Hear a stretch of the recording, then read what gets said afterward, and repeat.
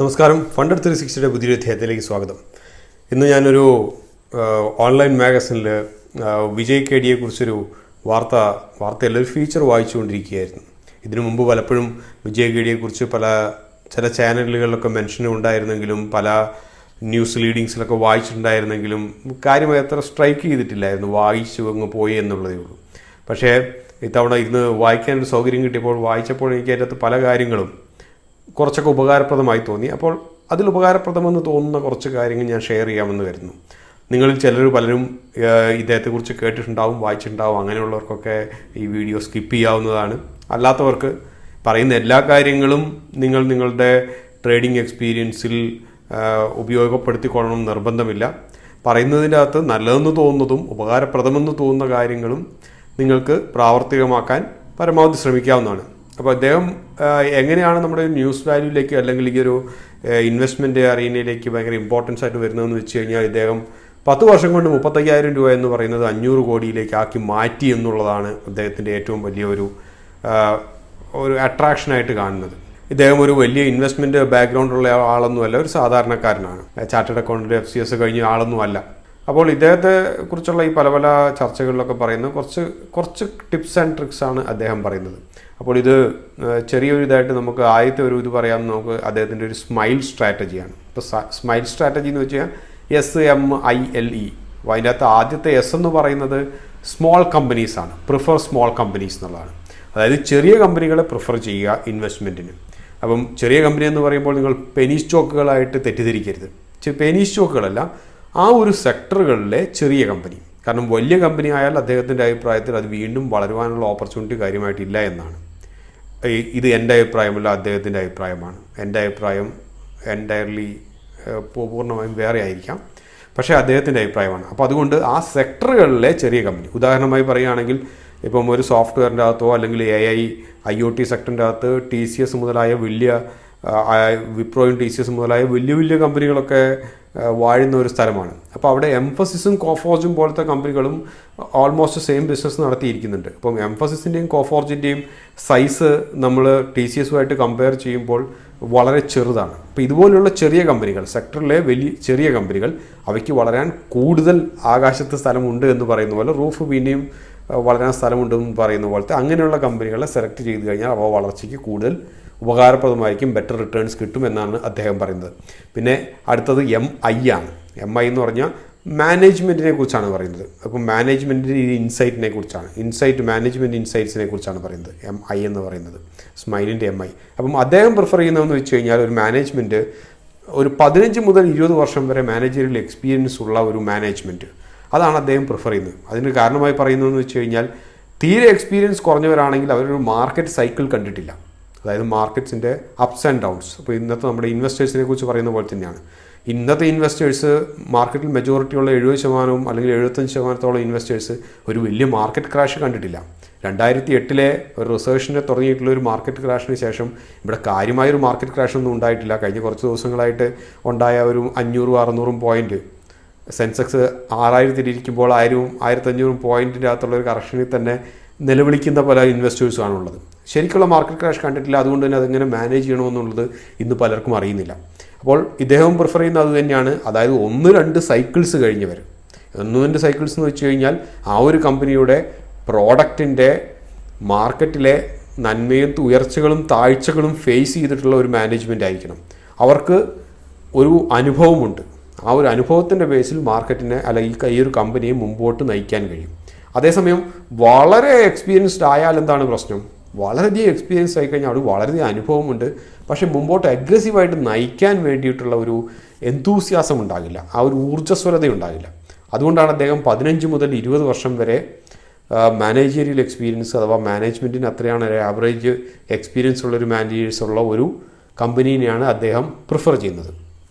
അടുത്തതെന്ന് വെച്ച് കഴിഞ്ഞാൽ അദ്ദേഹം പറയുന്നത് ലാർജ് ആസ്പിറേഷൻ ആണ്. അതായത് കമ്പനിക്ക് വളരെയധികം മുമ്പോട്ട് പോകാനുള്ള ഒരു തീക്ഷ്ണമായ ഒരു ത്വരയുണ്ടായിരിക്കണം.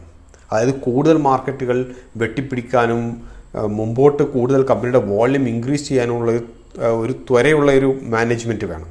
അപ്പം നമ്മൾ ഇന്നുള്ള ഒരു കമ്പനി ഉണ്ട്, ഇതിൻ്റെ ടേൺ ഓവർ ഇത്രയാണ്, ഇപ്പോൾ ഇത് നല്ല ലാഭത്തിലാണ്, ഓപ്പറേറ്റിംഗ് പ്രോഫിറ്റ് മാർജിൻ മോശമില്ലാതെയുണ്ട്, NPM മോശമില്ലാതെയുണ്ട്. അപ്പോൾ ഇതേപോലെ മുമ്പോട്ട് പോകുക എന്ന് വിചാരിക്കുന്ന ഒരു മാനേജ്മെൻറ്റിനെയോ കമ്പനിയോ അല്ല അദ്ദേഹം മുൻപോട്ട് നോക്കുന്നത്.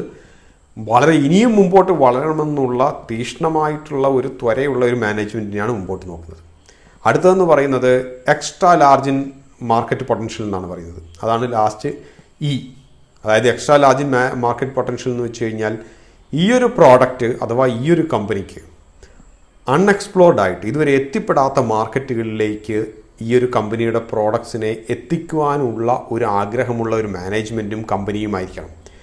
മാനേജ്മെൻറ്റും കമ്പനിയും മാത്രമല്ല, പ്രോഡക്റ്റും അതുപോലെയുള്ളതായിരിക്കണം. നമ്മുടെ ഇന്ന് പറയുന്ന പല ന്യൂ ജനറേഷൻ ഡിജിറ്റൽ പ്രോഡക്റ്റ് കമ്പനികളുടെ ഏറ്റവും വലിയൊരു ഡ്രോബാക്കും അതാണ്.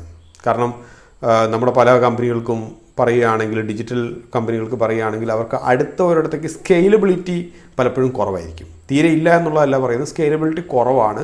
ഉദാഹരണമായി പറയുകയാണെങ്കിൽ നമ്മുടെ ഇത് സൊമാറ്റോയോ അല്ലെങ്കിൽ നമ്മുടെ യൂബർ ഈറ്റ്സോ അല്ലെങ്കിൽ സ്വിഗ്ഗിയോ, ഇവർക്കൊക്കെ സ്കെയിലബിലിറ്റി ഇല്ലേ എന്ന് ചോദിച്ചു കഴിഞ്ഞാൽ ഉണ്ട്.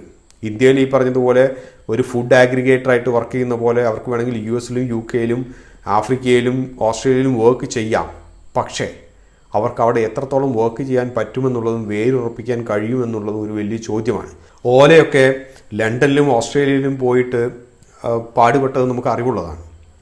അപ്പോൾ പ്രോഡക്റ്റ് ഒരു സ്കെയിലബിളായിട്ട് ലോകത്തിൻ്റെ പല കോണുകളിലും വളരെ പ്രാവർത്തികമായി സെയിലബിളും ആയിട്ടുള്ളൊരു പ്രോഡക്റ്റ്, അങ്ങനെ ഉള്ള പ്രോഡക്ട്സ് സ്കെയിലബിൾ ചെയ്യാനുള്ള ആഗ്രഹവും ത്വരയുമുള്ള ഒരു മാനേജ്മെൻറ്റ്, ഇങ്ങനെയുള്ള കമ്പനികളായിരിക്കണം സെലക്ട് ചെയ്യണം എന്നാണ് അദ്ദേഹം പറയുന്നത്. മറ്റൊരു കാര്യം എന്ന് വെച്ച് കഴിഞ്ഞാൽ, നമ്മൾ ഇപ്പോൾ ഇദ്ദേഹത്തിൻ്റെ ഒരു വാങ്ങിച്ച കമ്പനികളിലൂടെ പോവുകയാണെങ്കിൽ നമുക്ക് കാണാൻ കഴിയും, ഇങ്ങനെ ആദ്യം വാങ്ങിച്ചൊരു കമ്പനി എന്ന് പറയുന്നത് റെപ്രോ എന്ന് പറയുന്ന ഒരു കമ്പനിയായിരുന്നു. അപ്പോൾ അദ്ദേഹം ആദ്യമുള്ള മുഴുവൻ പൈസ അതിൻ്റെ അകത്താണ് ഇൻവെസ്റ്റ് ചെയ്തത്. ഈ ഒരു കമ്പനി ആരോടും ചോദിക്കാണ്ട് ഭയങ്കരമായി മുമ്പോട്ട് പോയൊരു മൾട്ടി ബാഗറായി മാറി. അതിൻ്റെ അകത്തുനിന്ന് വളരെയധികം റിട്ടേൺസ് കിട്ടി. അതേപോലെ തന്നെ ഇദ്ദേഹത്തിൻ്റെ ഈ ഒരു ദീർഘവീക്ഷണം, അതായത് ലോകത്തിൻ്റെ പല ഭാഗങ്ങളിലേക്കും പോയി കമ്പനി പടർന്ന് പന്തലിക്കാൻ കപ്പാസിറ്റി ഉള്ള കഴിവുള്ള ഒരു കമ്പനി മാനേജ്മെൻറ്റും പ്രോഡക്റ്റുമാണെന്നുള്ളതിൻ്റെ ഒരു ക്ലാസിക് എക്സാമ്പിളാണ് സുദർശൻ കെമിക്കൽസ്. സുദർശൻ കെമിക്കൽസ് ഇദ്ദേഹം വാങ്ങിക്കുന്ന സമയത്ത് അത് ആർക്കും വേണ്ടാത്തൊരു കമ്പനിയായിരുന്നു. ആ ഒരു കമ്പനി ആരും ഒന്നും പിഗ്മെൻ്റാണ് ഉണ്ടാക്കുന്നത്, ആ കമ്പനി ആരും കണക്കാക്കുന്നില്ലായിരുന്നു. അതേസമയം അദ്ദേഹം വാങ്ങിച്ച് ഒരു 5 വർഷത്തിന് ശേഷം ഈ കമ്പനി ലോകത്തിലെ 4ാമത്തെ ഏറ്റവും വലിയ പിഗ്മെൻറ്റ് മാനുഫാക്ചേഴ്സായി. ആഫ്രിക്കയിലേക്കും മിഡിൽ ഈസ്റ്റിലേക്കും ലാറ്റിൻ അമേരിക്കയിലേക്കും പിന്നെ ഒബ്വിയസ്ലി ഇന്ത്യയും ഏഷ്യൻ കൺട്രീസിലേക്കും പിഗ്മെൻ്റ് ഏറ്റവും അധികം കയറ്റുമതി ചെയ്യുന്നതും അവിടുത്തെ ലീഡിങ് പിഗ്മെൻറ്റ് സപ്ലയറുമായി മാറി.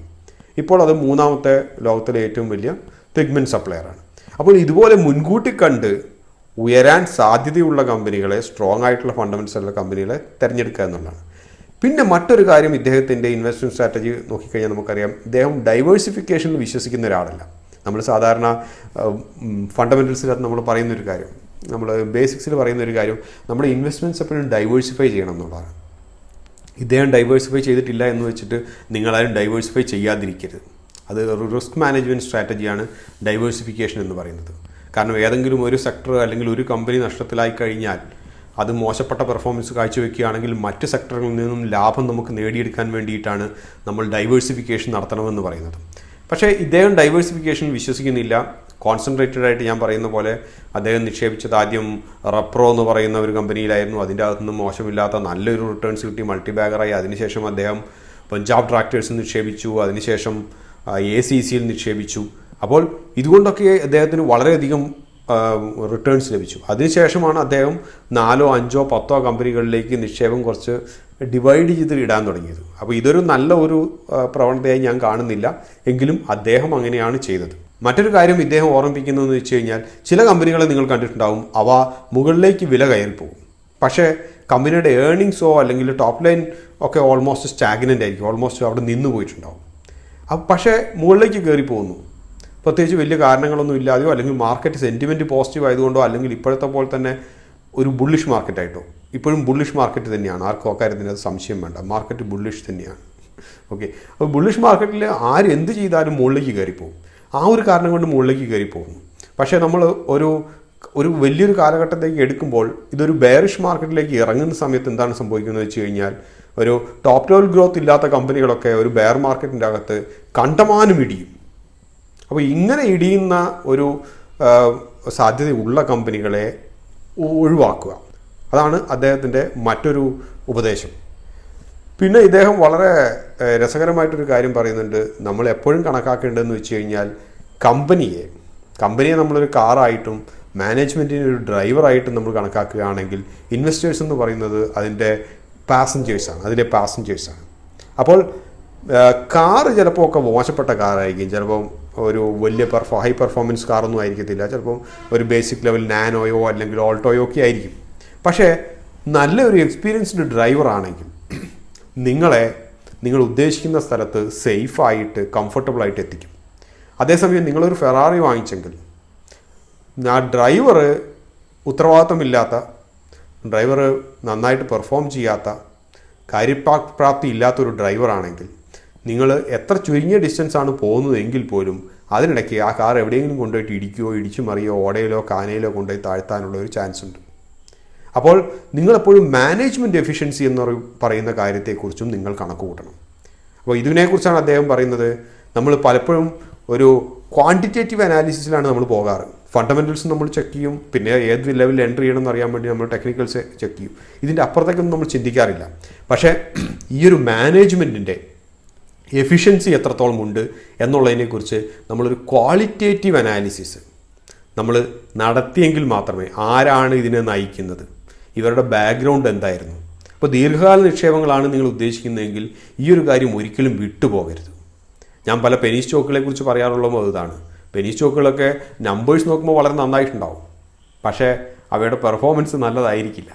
കാരണം നടത്തുന്നവർക്ക് ക്രെഡിബിലിറ്റി ഇല്ലാത്തതുകൊണ്ട്. അപ്പോൾ ഈ ഒരു ക്രെഡിബിലിറ്റിയും ഇൻറ്റഗ്രിറ്റി ഓഫ് മാനേജ്മെൻറ്റും ഉണ്ടാകേണ്ടതിൻ്റെ ആവശ്യകത എന്താണെന്നുള്ളത് നമ്മൾ ഓർമ്മിപ്പിക്കുന്ന കുറച്ച് കമ്പനികളൊക്കെ ഉണ്ട്. അതാരും മറന്നു പോകരുത്. അതായത് yes bank, DHFL, PC jewellers, ഇവരൊക്കെ നമ്മളെ കമ്പനിയുടെ വിശ്വാസ്യത അല്ലെങ്കിൽ ഇൻറ്റഗ്രിറ്റിയൊക്കെ എന്തുമാത്രം വേണമെന്ന് ഓർമ്മിപ്പിച്ച കമ്പനികളാണ്. ഇതിൻ്റെ അകത്തിട്ട് കാശ് കളഞ്ഞവരും കുറേ ഉണ്ടാകും. പിന്നെ മറ്റൊരു കാര്യം, നമ്മൾക്ക് വേണമെന്നുള്ളതാണ്. ഉദാഹരണമായി പറയുകയാണെങ്കിൽ ഇദ്ദേഹത്തിൻ്റെ ഇൻവെസ്റ്റ്മെൻറ്റ്സിൻ്റെ അകത്തൊക്കെ ചിലത് അതുൽ ഓട്ടോയോ അല്ലെങ്കിൽ സേറ സാനിറ്ററി വെയർസോ ഇതുപോലെയൊക്കെ ഉള്ളത് അദ്ദേഹത്തിന് 2007 3 ഇരട്ടി ഇൻവെസ്റ്റ്മെൻറ്റിൻ്റെ മുകളിൽ ലാഭത്തിലിരുന്നതാണ്. അതേസമയം 2008 റിസർഷനും ഒരു മാർക്കറ്റ് ക്ലാഷും വന്നു കഴിഞ്ഞപ്പോൾ അദ്ദേഹത്തിന് അത് കോസ്റ്റിലേക്ക് ഒതുങ്ങിപ്പോയി. അതായത് ഇന്നലെ വരെ 3 രൂപ ഇരുന്ന കമ്പനി ഇന്ന് 1 രൂപയിലേക്ക് എത്തി, വാങ്ങിച്ചത് 1 രൂപയ്ക്കാണെങ്കിൽ. അപ്പോൾ 3-1 കുറഞ്ഞു. എങ്കിൽ പോലും അദ്ദേഹം പ്രതീക്ഷ കൈവിട്ടില്ല. കമ്പനിയുടെ ക്വാളിറ്റിയുടെ മുകളിൽ അദ്ദേഹത്തിന് പ്രതീക്ഷയുണ്ടായിരുന്നു, സ്ട്രോങ് ആയിട്ടുള്ള വിശ്വാസം ഉണ്ടായിരുന്നു. അതുകൊണ്ട് ആ ഒരു അവസരം അദ്ദേഹം കൂടുതൽ സ്റ്റോക്കുകൾ വാങ്ങിച്ചു കൂടാനുള്ളൊരു അവസരമായി എടുത്തു. അതുകൊണ്ട് തന്നെ അദ്ദേഹത്തിന് ആ 2008 മാർക്കറ്റ് ക്ലാഷിൻ്റെ അകത്ത് നിന്ന് പുറത്ത് കടന്നപ്പോൾ അദ്ദേഹത്തിൻ്റെ റിട്ടേൺസ് 10 മടങ്ങായി വർദ്ധിച്ചു. അപ്പോൾ നമ്മുടെ വിജയ് ഒരു അനുഭവത്തിൽ നിന്നും അദ്ദേഹത്തിൻ്റെ ഒരു മാർക്കറ്റ് ജേണിയിൽ നിന്നും നമുക്ക് മനസ്സിലാക്കാൻ പറ്റുന്ന കുറച്ച് കാര്യങ്ങൾ ഇതൊക്കെയാണ്. ഇത് കുറച്ച് കാര്യങ്ങളൊക്കെ നിങ്ങൾക്കും പ്രാവർത്തികമാക്കാവുന്നതാണ്. ഇതെനിക്ക് വായിച്ചപ്പോൾ കുറച്ച് ഉപകാരപ്രദമാണെന്ന് തോന്നിയതുകൊണ്ടാണ് ഞാനത് നിങ്ങളുമായി പങ്കുവെക്കാമെന്ന് കരുതിയത്. ഇതോടുകൂടി ഈ ഒരു അധ്യായം ഇവിടെ അവസാനിക്കുകയാണ്. മറ്റൊരു അധ്യായത്തിൽ വീണ്ടും കാണുന്നവരെ നന്ദി, നമസ്കാരം. Please subscribe and click on the bell icon for more videos.